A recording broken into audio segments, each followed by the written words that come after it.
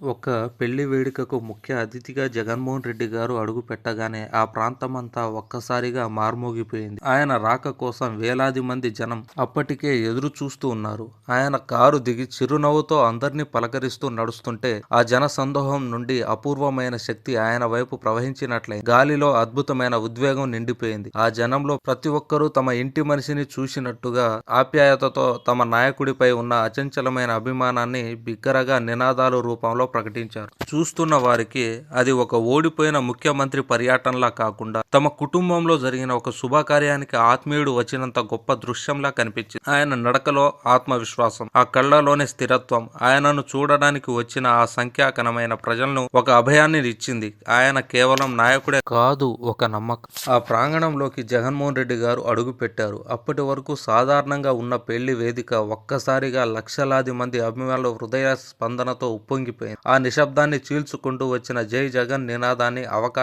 ఆకాశాన్ని తాకి తిరిగి భూమిపై ప్రతిధ్వనించింది. ఆయన కారు నుండి దిగే క్షణంలో సమయం ఆగిపోయినట్లు అనిపించింది. ఆ చిన్న పాప ఏడుపే చెప్తుంది ఎంతగా మిస్ అవుతుందో.